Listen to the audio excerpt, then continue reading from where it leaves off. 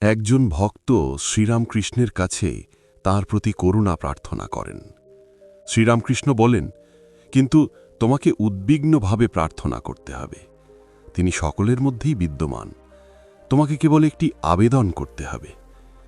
একটি কথাও আছে, যখন তিন ধরনের প্রেমের আকর্ষণ একত্রিত হয় তখন কেউ ঈশ্বরের দর্শন পেতে পারে।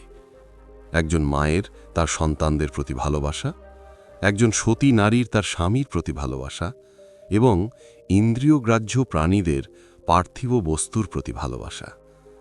একজন প্রকৃত ভক্তের কিছু বৈশিষ্ট্য হল যে সে তার গুরুর শিক্ষা শুনে স্থির হয়ে ওঠে। একটি সাধারণ বিষাক্ত সাপ নীরবতার সাথে সর্পযাত্রীর সঙ্গীত শোনে, কিন্তু কোবরা নয়। একজন প্রকৃত ভক্তের দ্বিতীয় বৈশিষ্ট্য হল একাগ্রতার শক্তি। একটি ছবি কেবল কাঁচের ওপর আঁকা হয় না, রাসায়নিক দিয়ে আবৃত কাঁচের ওপর আঁকা হয়। ঠিক যেমন একটি ছবি ভক্তি, সেই রাসায়নিক পদার্থ আরেকটি বৈশিষ্ট্য। একজন প্রকৃত ভক্ত আত্মনিয়ন্ত্রিত এবং কামকে জয় করে। গোপীদের মধ্যে কাম প্রবাহিত হয়নি। তোমরা হয়তো গৃহে থাকো, এতে কোনো সমস্যা নেই। এটি সাধনা ভজনকে আরও সুবিধাজনক করে তোলে, যেন দুর্গের মধ্যেই যুদ্ধ করতে হয়। সাধনা মৃতদেহ মাঝে মাঝে ভয় দেখানোর জন্য মুখ খোলে, তাই ভাজা ভাত এবং ছোলা রেখে মাঝে মাঝে মুখে খাওয়াতে হবে। মন শান্ত হলে আপনি কোনো চিন্তা ছাড়াই জপ করতে পারবেন। অতএব পরিবারের সদস্যদের শান্ত রাখতে হবে এবং তাদের খাবার ও পানীয়ের ব্যবস্থা করতে হবে, তবেই সাধনা ভজনের সুবিধা হবে। যাদের এখনও কিছু আনন্দ বাকি আছে, তারা গৃহস্থ অবস্থায় ঈশ্বরের নাম নেবে। একজন প্রকৃত ত্যাগীর ঘটনা ভিন্ন। মৌমাছি ফুল ছাড়া অন্য কিছুতে বসবে না। চাতক তার দৃষ্টিতে সমস্ত জল দেখতে পাবে না, অন্য কোনো জল পান করবে না। এটি কেবল স্বাতি নক্ষত্রের বৃষ্টির জন্য মুখ খুলবে। একজন প্রকৃত ত্যাগী মুক্ত থাকবেন, ঈশ্বরের আনন্দ ছাড়া অন্য কোনো আনন্দ খুঁজবেন না। একটি মৌমাছি কেবল একটি ফুলের ওপর বসে থাকে। প্রকৃত ত্যাগী সাধু মৌমাছির মতো। গৃহস্থ ভক্তরা সাধারণ মাছির মতো মিষ্টির ওপর, এমনকি পচা ক্ষতের ওপরও বসে থাকেন।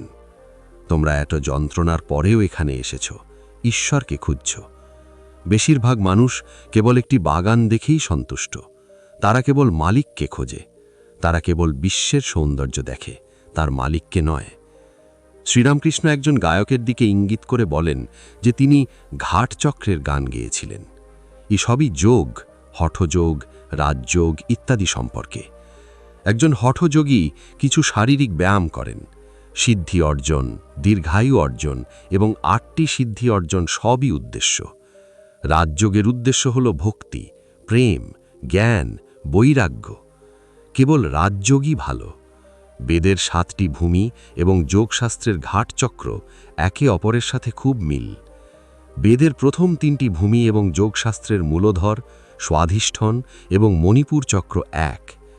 এই 3টি ভূমির মধ্যে মন গুহিলিঙ্গ এবং নাভিতে অবস্থিত। যখন মন চতুর্থ ভূমিতে থাকে, অর্থাৎ অনাহত, যখন মন উত্থিত হয়, তখন আত্মাকে একটি উজ্জ্বল আকারে দেখা যায়, যেমন একটি শিরোনামে, এবং আলোর দর্শন দেখা যায়। সাধক জিজ্ঞাসা করেন, এটি কি, এটি কি? যখন মন পঞ্চম ভূমিতে ওঠে, তখন কেবল ঈশ্বরের কথা শোনার ইচ্ছা হয়। এখানে বিশুদ্ধ চক্র। ষষ্ঠ ভূমি এবং আজ্ঞা চক্র একই। সেখানে গিয়ে ঈশ্বরের দর্শন পাওয়া যায়, তবে এটি ল্যান্টানের ভিতরের আলোর মতো। কেউ এটি স্পর্শ করতে পারে না, কারণ এর মাঝখানে কাঁচ থাকে। রাজা জনক পঞ্চম ভূমি থেকে প্রাচীনদের জ্ঞান প্রচার করতেন। তিনি কখনো পঞ্চম ভূমিতে থাকতেন, কখনো ষষ্ঠ ভূমিতে। 6 চক্রের বিভাজনের পর সপ্তম ভূমি রয়েছে। যখন মন সেখানে যায়, তা বিলীন হয়ে যায়। আত্মা এবং পরমাত্মা এক হয়ে যায়। সমাধি লাভ হয়। দেহ এবং বুদ্ধি চলে যায়। বাহ্যিক জ্ঞান থাকে না, বহুত্ব থাকে। কিন্তু যদি কুণ্ডলিনী জাগ্রত না হয়, তাহলে চেতনা অর্জন হয় না। যে ব্যক্তি ঈশ্বর লাভ করেছেন, তার কিছু লক্ষণ রয়েছে। সে শিশুর মতো, পাগলের মতো, জড়ের মতো বা ভ্যাম্পায়ারের মতো হয়ে যায়, এবং সে প্রকৃত অভিজ্ঞতা লাভ করে যে আমি একটি যন্ত্র এবং ঈশ্বর হলেন যন্ত্রাণী। তিনিও তাই করেন এবং সকলেই একত্রিত হন। যেমন শিখরা বলেছিল যে পাতা নড়ে, সেটাও ঈশ্বরের ইচ্ছা, রামের ইচ্ছায় সব কিছু ঘটে। এটাই জ্ঞান।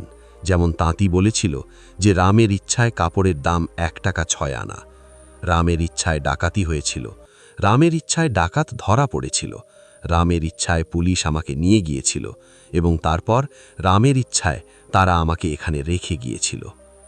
সেই সন্ধ্যা ঘনিয়ে এসেছিল, শ্রীরামকৃষ্ণ একটুও বিশ্রাম নেননি। তারপর কিছুক্ষণ পর সকল ভক্ত শ্রীরামকৃষ্ণকে প্রণাম করে নিজ নিজ স্থানে ফিরে যেতে শুরু করেন।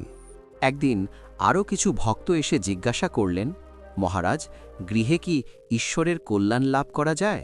শ্রীরামকৃষ্ণ হেসে বললেন, কেন নয়? কাঁদায় বাস করা মাছের মতো জীবনযাপন করুন। কাঁদায় বাস করে, কিন্তু কাঁদা তার শরীরে লেগে থাকে না। একজন অস্থি মহিলার মতো জীবনযাপন করুন, যিনি গৃহস্থালির সমস্ত কাজ করেন, কিন্তু তার মন সর্বদা তার অবিশ্বস্ত স্বামীর ওপর থাকে। আপনার মন ঈশ্বরের প্রতি নিবদ্ধ রেখে গৃহস্থালির সমস্ত কাজ করুন, কিন্তু এটি খুবই কঠিন। আমি ব্রাহ্ম সমাজের সদস্যদের বলেছিলাম যে টাইফয়েড জ্বরে আক্রান্ত একজন রোগী যদি একই ঘরে থাকেন যেখানে তেঁতুলের একটি পাত্র এবং একটি জলের পাত্র থাকে, তাহলে রোগ কিভাবে নিরাময় হবে? তারপর তেঁতুলের কথা ভাবলেই মুখে জল আসতে শুরু করে। পুরুষদের জন্য মহিলারা তেঁতুলের আচারের মতো এবং ইন্দ্রিয় সুখের জন্য আকাঙ্ক্ষা সর্বদা থাকে। এটাই জলের পাত্র। এই আকাঙ্ক্ষার কোনো শেষ নেই।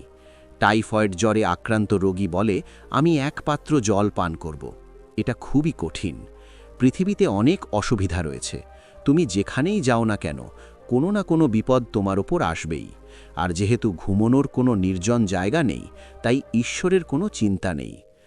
ভাত পরিষ্কার করা কঠিন। প্রতিবার ভাত হাতে নিয়ে দেখো কিভাবে পরিষ্কার করা হয়েছে, তারপর কিভাবে পরিষ্কার করা হবে। যদি কেউ 10 বার ডাকে, তাহলে কিভাবে সঠিকভাবে পরিষ্কার করা যাবে? তখন ভক্ত জিজ্ঞাসা করেন যে মহারাজ, তাহলে সমাধান কি?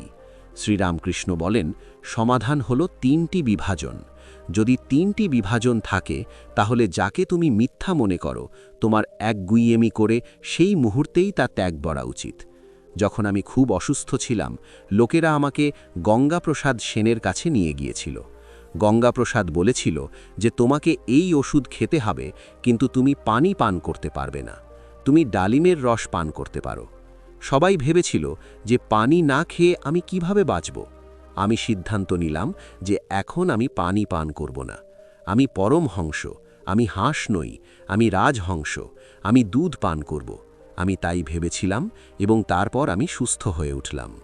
দেখুন, খেলার সময় কিছু সময় নির্জনে থাকতে হয়। যখন হিম তোমাকে স্পর্শ করে, তখন কোনো ভয় নেই।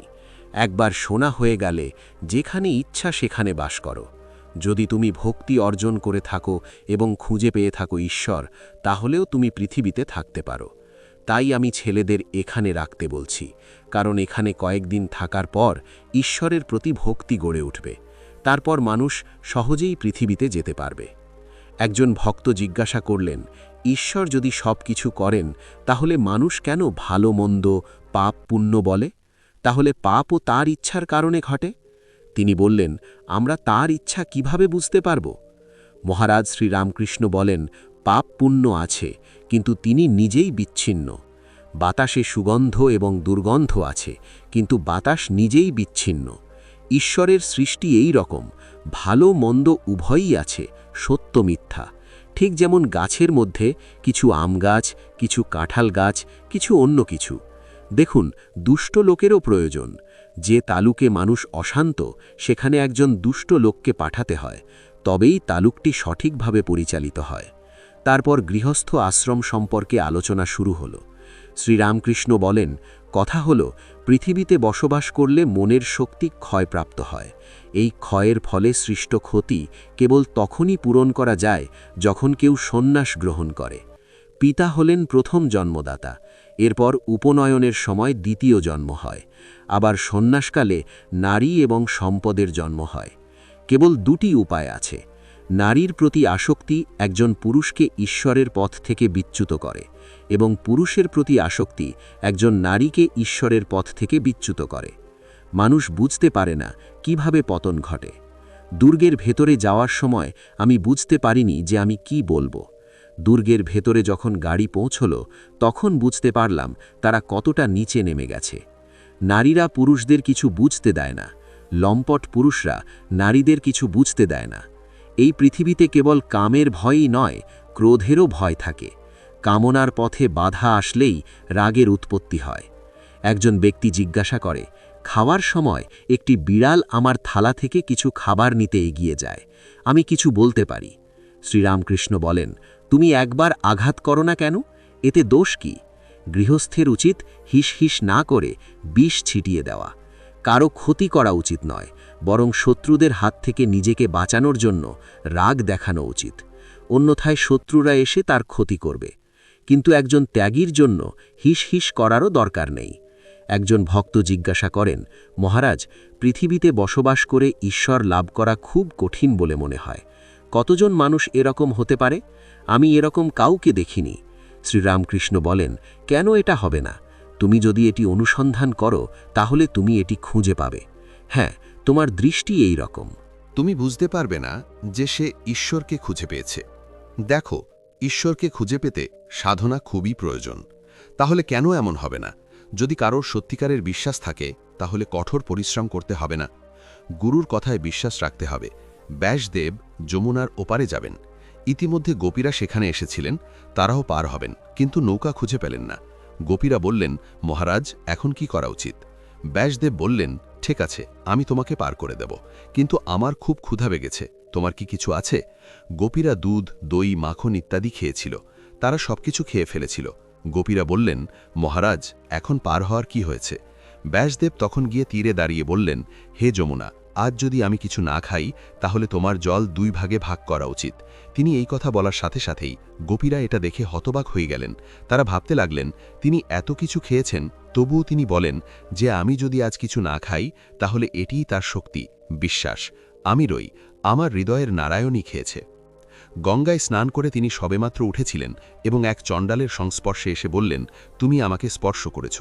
চণ্ডাল বললেন, মহারাজ, তুমি আমাকে স্পর্শ করনি, আমিও তোমাকে স্পর্শ করিনি। শুদ্ধাত্মা দেহ নয়, পঞ্চভূত নয়, 24টি উপাদানও নয়। তখনই শঙ্কর ব্রহ্মের জ্ঞান লাভ করেন। রাজা রাহুগণের পালকি বহন করার সময় যখন জড়ভরত আত্মজ্ঞানের কথা বলতে শুরু করেন, তখন রাজা পালকি থেকে নেমে জিজ্ঞাসা করেন, তুমি কে? জড়ভরত বললেন, নেতি নেতি, আমি শুদ্ধ, আমি খাইনি। শঙ্করাচার্য একজন ব্রহ্মজ্ঞানী ছিলেন, কিন্তু আগে তার বিভেদপ্রবণ মন ছিল, তার এমন বিশ্বাস ছিল না। চণ্ডাল মাংসের বোঝা নিয়ে আসছেন, তার দৃঢ় বিশ্বাস ছিল যে তিনিই শুদ্ধাত্মা, আমি সোহম শুদ্ধাত্মা। জ্ঞানীদের এই মত। ভক্তরা বলেন যে এই সবই ভগবানের ঐশ্বর্য। যেহেতু ধনীদের ঐশ্বর্য নেই, তাই তাকে কে জানতে পারে? কিন্তু ভক্তের ভক্তি দেখে যদি ভগবান বলেন যে আমি যা, তুমিও একই, তাহলে ভিন্ন কথা। রাজা যখন বসে থাকেন তখন ভৃত্য গিয়ে সিংহাসনে বসে বলেন, রাজা, তুমি যা, আমিও একই। তখন মানুষ তাকে পাগল বলবে। কিন্তু রাজা যদি ভৃত্যের সেবায় সন্তুষ্ট হন, একদিন বলেন, আমার পাশে এসে বসুন, এতে কোনো দোষ নেই, আপনি যা, আমিও একই। আর যদি তিনি গিয়ে বসেন, তাহলে এতে কোনো দোষ নেই। একজন সাধারণ প্রাণীর পক্ষে এটা বলা ভালো নয় যে আমি আমার মধ্যে একই রকম। কেবল জলের তরঙ্গ আছে, জল তরঙ্গের মালিক নয়। কথা হলো, মন যদি স্থির না থাকে তাহলে যোগ হয় না। আপনি যে পথেই হাঁটুন না কেন, মন যোগীর নিয়ন্ত্রণে থাকে, যোগী মনের নিয়ন্ত্রণে থাকে না। মন যখন স্থির থাকে তখন বায়ু স্থির হয়ে যায়, আর এটাই কুম্ভক। ভক্তিযোগের ক্ষেত্রেও এমনটা ঘটে। ভক্তি করলে বায়ু স্থির হয়ে যায়। আমার নীলাই শীতল হাতি, আমার নিতাই শীতল হাতি, এই কথা বলার সময় যখন অনুভূতি তৈরি হয় তখন ব্যক্তি সম্পূর্ণ বাক্যটি বলতে পারে না, সে কেবল বলে হাতি হাতি। এরপরে সে কেবল বলে হ্যাঁ। অনুভূতির সাথে বায়ু স্থিতিশীল হয়ে যায় এবং এর ফলে কুম্ভক হয়। একজন লোক ঝাড়ু দিচ্ছিল, কেউ এসে বলল, ও অমুক লোক মারা গেছে। যদি ঝাড়ু দিচ্ছিল সে তার নিজের না হয়, তাহলে সে ঝাড়ু দিতে থাকে এবং এর মাঝে বলে যে এটা দুঃখের বিষয় যে লোকটি মারা গেছে, সে খুব ভালো মানুষ ছিল। এখানেও ঝাড়ু ব্যবহার করা হচ্ছে, কিন্তু যদি কেউ তার নিজের হয় তাহলে তার হাত থেকে ঝাড়ু পড়ে যায় এবং সে বসে পড়ে বলে, ও সেই সময় তার বায়ু স্থির হয়ে যায়, সে কোনো কাজ করতে পারে না বা আবার ভাবতে পারে না। মহিলাদের মধ্যে এটি দেখা যায়নি। যদি কেউ নির্বাগ্ম খোলা রাখে, সোহম সোহম বলে তা ঘটে না। জ্ঞানী পুরুষের লক্ষণ হল নরেন্দ্রের ফোলা ওঠা চোখ, তার খুলি এবং চোখের লক্ষণও ভালো। তারপর সকলের অবস্থা একরকম নয়। জীব 4 ধরনের বলে বলা হয়েছে: বন্ধন, মুমুক্ষু, মুক্ত এবং নিত্য। সকলকেই সাধনা করতে হয়। ব্যাপারটা এমন নয়। 2 ধরনের সাধক আছে, নিত্যসিদ্ধ এবং সাধনসিদ্ধ। কেউ কেউ অনেক সাধনা করার পর ঈশ্বরকে খুঁজে পায়, কেউ কেউ জন্ম থেকেই সিদ্ধ, যেমন প্রহ্লাদ। হোম নামে একটি পাখি আকাশে বাস করে, সেখানে ডিম পাড়ে। ডিমটি আকাশ থেকে পড়ে এবং পড়ার সাথে সাথে ভেঙে যায় এবং একটি শিশু সেখান থেকে বেরিয়ে আসে। এটি এত উচ্চতা থেকে পড়ে যে পড়ার সাথে সাথেই তার ডানা বেরিয়ে আসে। যখন এটি পৃথিবীর কাছে আসে তখন দেখতে পায় যে মাটিতে আঘাত করার সাথে সাথেই এটি ভেঙে টুকরো টুকরো হয়ে যাবে, তারপর সোজা উপরে উঠে যাবে। প্রহ্লাদ ইত্যাদির মতো নিত্যসিদ্ধ ভক্তদের সাধনা তাদের মায়ের কাছে পরে ঘটে।